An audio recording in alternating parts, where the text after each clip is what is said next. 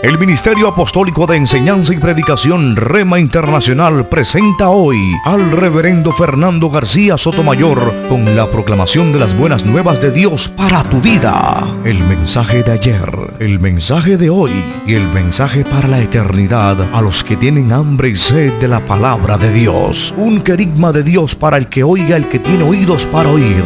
Escuche el dabar del Eterno a las naciones. Ahora es el tiempo para recibir el rema del Espíritu Santo a tu espíritu. Escuchemos con fe la memra del Señor para el alma.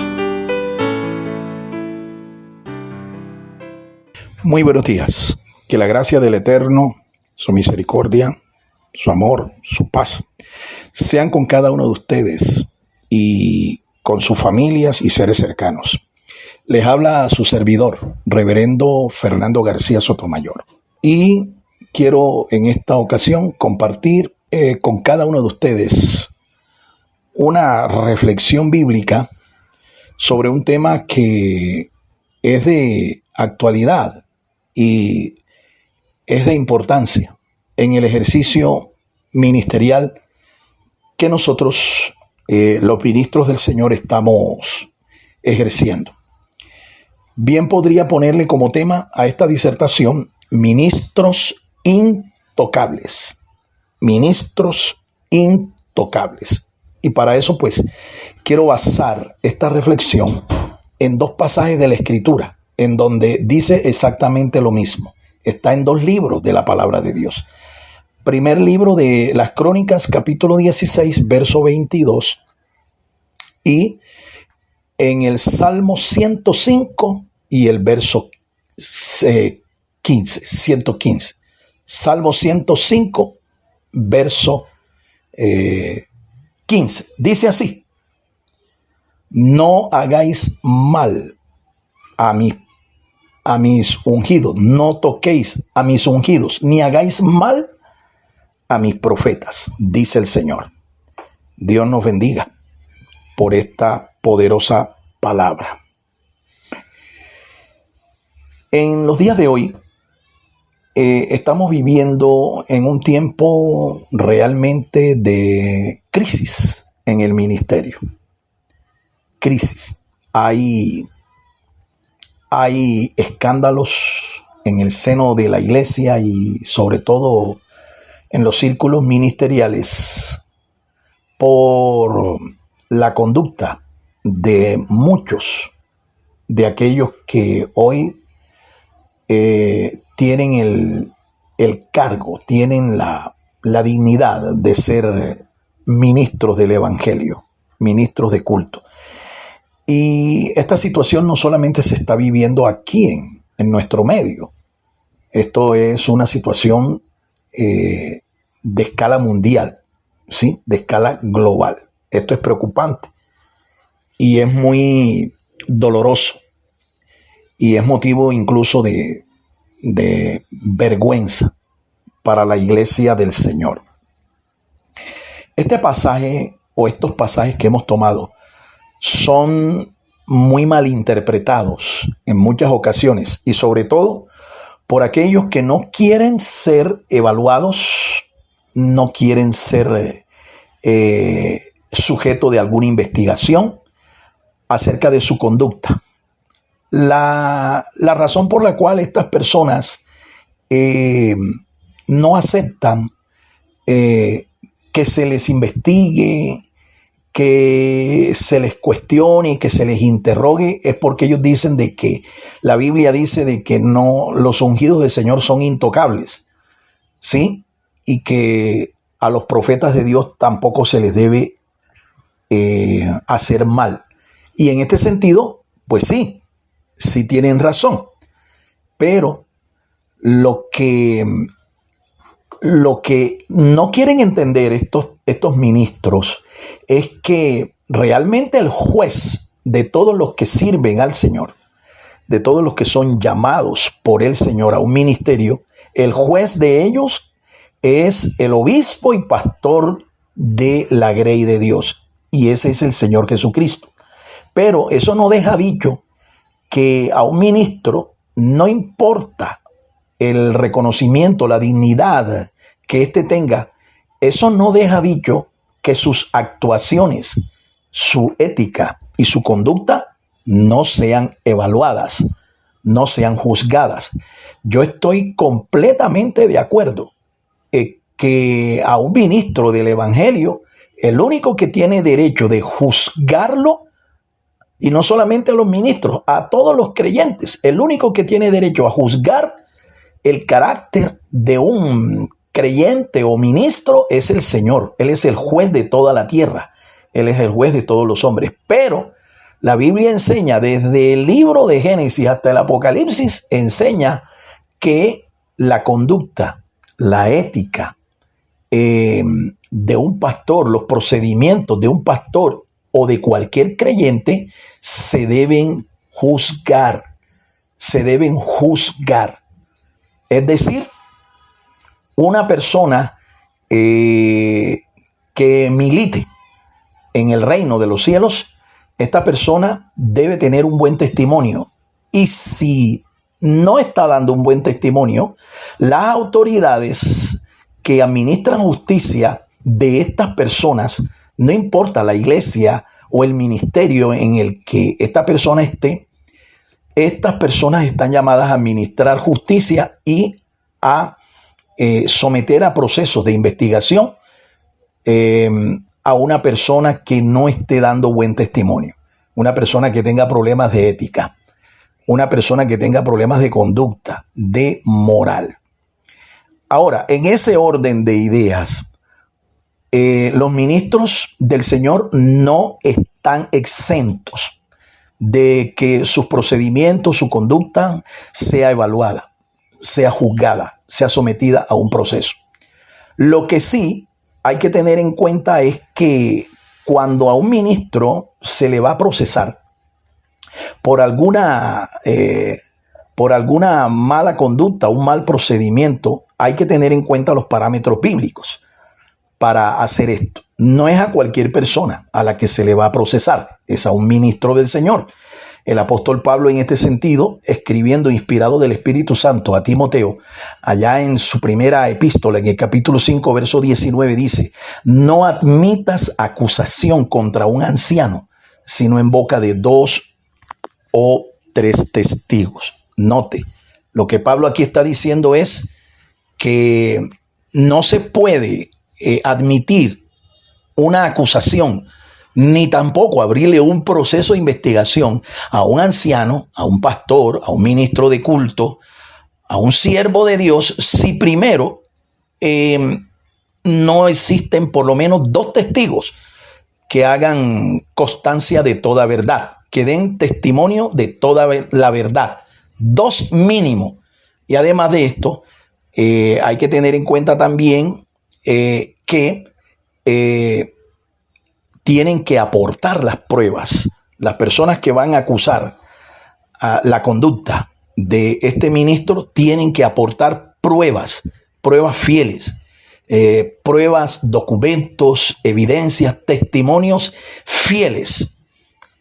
Ahora, esta verdad está reiterada en varios pasajes de la Biblia. Por ejemplo, allá en segunda carta a los Corintios, en el capítulo 13 y el verso 1, Pablo, también inspirado del Señor aquí, reitera la misma verdad.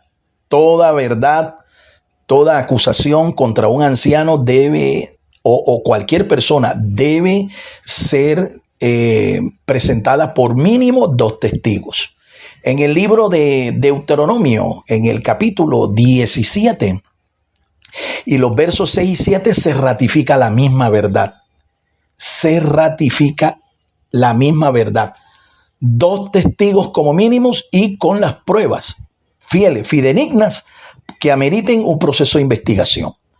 Y también está ratificado en el libro de Deuteronomio, capítulo 19, ¿sí? Y el verso 15, la misma verdad está ratificada. Entonces, si algo como esto está en varios libros de la Biblia, esto hay que tenerlo en cuenta, porque es evidente que Dios considera que esto es muy importante. Un proceso contra un ministro de Dios es un asunto delicado. es un asunto de mucho cuidado, porque a quien se va a cuestionar, y no es propiamente a la persona, sino los hechos, los procedimientos, la conducta que se va a cuestionar, que se va a investigar, no es la conducta de cualquier persona. Es la conducta de una persona que supuestamente representa la autoridad de Dios aquí en esta tierra, que representa al mismo Dios aquí en esta tierra. Porque la mayoría de los ministros de culto son gobernantes de un ministerio, de una iglesia local. Entonces, esto hay que ponerle mucha atención. Hay que tener mucho cuidado.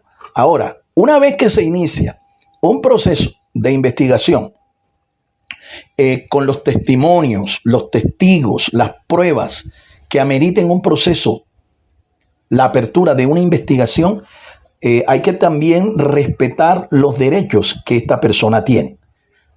¿Sí? Una persona que va a ser procesada, su conducta, su ética va a ser procesada, se le debe tener en cuenta que según los preceptos del derecho, de la justicia, de la jurisprudencia civil, la persona se le tiene que presumir su inocencia.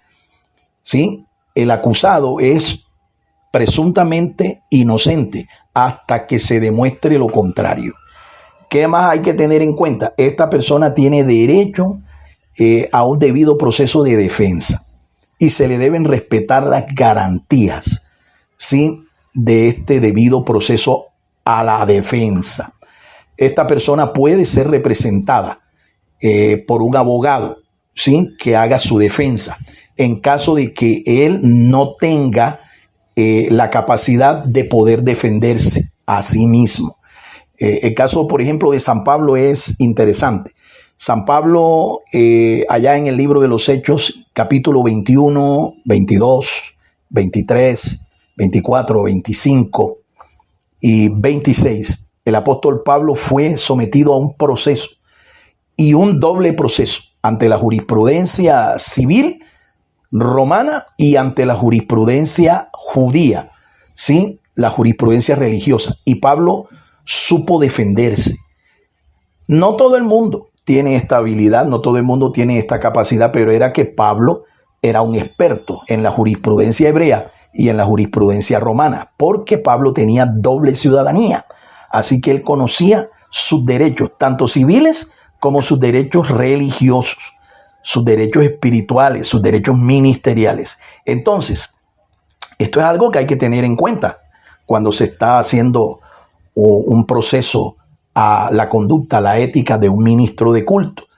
Hay que garantizarle sus derechos. Y incluso si el consejo, si el cuerpo de justicia que está investigando, que está procesando la conducta de este ministro, necesita asesoría en la parte jurídica, en la jurisprudencia civil, si la necesita, no está mal que lo haga, que consulte a los expertos en jurisprudencia civil. ¿Sabe por qué? Porque la Biblia dice que toda autoridad establecida aquí en esta tierra fue establecida por Dios. Así que los ministros, los servidores públicos que están sirviendo a una comunidad, a un pueblo, una ciudad, una nación, que ejercen justicia, estas personas son servidores de Dios. Y la palabra del Señor dice, en la carta de Pablo a los Romanos, capítulo 12, en el verso 1, dice, verso 1 y 2, que nosotros tenemos que someternos a toda autoridad establecida, porque los que no acatan la autoridad de un administrador de justicia civil están en desacato, no es contra estos ministros, contra estos servidores públicos, sino que están en desacato, están en rebelión, es contra el mismo Dios, porque estos servidores son realmente siervos de Dios y están puestos aquí para administrar justicia. Entonces, estas cosas, repito, reitero, quiero hacer mucho énfasis en esto, hay que tenerlo en cuenta en todo proceso. El acusado tiene derecho también a presentar descargos, a presentar pruebas, a presentar recursos de apelación ante cualquier decisión que se tome y que él esté inconforme con ella. También tiene derecho a presentar recursos de reposición en subsidio de apelación. Y no solo eso, sino que si la última instancia del proceso lo declara a él culpable, él puede apelar a la autoridad superior, de este cuerpo de justicia. Voy a ilustrar esto con un hecho que aquí en Colombia ocurrió con un ex presidente de la República. El doctor Álvaro Uribe Vélez fue imputado de un delito y fue llamado a rendir descargos. Él presentó sus descargos, él presentó sus recursos de apelación, de reposición. Sin embargo, una juez de nuestra república lo condenó, ¿sí? Una sentencia bastante fuerte, una sentencia bastante, incluso demasiado fuera de contexto. En vista de esto, la parte defensora, el abogado defensor del doctor Álvaro Uribe Vélez, apeló a la autoridad que estaba por encima de esa juez, el Consejo Superior de la Judicatura del departamento de Cundinamarca, aquí en Colombia. ¿Y saben qué? En esta última instancia, esta autoridad jerárquicamente superior a esta jueza le llamó la atención a la jueza. Y no solo eso, sino que revocó toda sanción y le concedió una sentencia de inocencia total, inocencia completa al doctor Álvaro Uribe Vélez. ¿Sabes? Cuando Pablo se vio vilmente acusado por el Sanedrín judío y después cuando Pablo, según el libro de los Hechos, capítulo 21, 22, 23, 24, 25, 26, se vio que la justicia civil, los procuradores Félix y Festo, no tenían ninguna evidencia, no tenían ninguna razón para condenar a Pablo, sino que le instaron a que él regresara al Sanedrín judío para que ellos lo juzgaran. Pablo dijo: no, señor, yo acudo aquí al César. Yo tengo ciudadanía romana. Yo acudo, al César, al emperador romano, César. Y los procuradores que estaban allí revisando y llevando a cabo el juicio, ellos no les tocó otra sino que enviar a Pablo como prisionero político al César de Roma. En ese tiempo era Nerón. Entonces, fíjense por qué Pablo apeló al César. Porque el César era la instancia superior. ¿Sí? La instancia superior. Entonces, estas cosas hay que tenerlas en cuenta. La historia nos dice que finalmente el emperador romano entregó el juicio a uno de sus procuradores allá en Roma, Afranio Burro. Y Afranio Burro, como no recibió ninguna acusación ni por carta ni en presencia del Sanedrín judío contra Pablo, lo absolvió y lo declaró en libertad, porque si no hay acusación, no hay caso, no hay proceso, no hay razón para darle apertura a ningún proceso. Así es que espero que esta reflexión usted la haya escuchado con mucha atención y usted tenga en cuenta estas cosas cuando se trata de juzgar la conducta de un siervo de Dios, de un ministro del Señor. Tenga en cuenta todas estas recomendaciones que las aporta la jurisprudencia civil y las aporta también la misma y bendita palabra del Señor. Dios los bendiga, Dios los guarde y hasta una próxima emisión. Espero sus comentarios. Si usted tiene comentarios, puede hacerlos con toda libertad a mi línea de WhatsApp personal o a mi cuenta de a mi canal, aquí, haga sus comentarios en el canal en donde usted está viendo esta publicación. Un abrazo, Dios los continúe bendiciendo. El Ministerio Apostólico Rema Internacional pone a disposición esta predicación. Ofrecemos ministración a simposios, seminarios, campañas evangelísticas, educación globalizada sana y de carácter interdenominacional. Escríbanos a ministerioremainternacional@gmail.com o llámenos al celular 316-270-7181.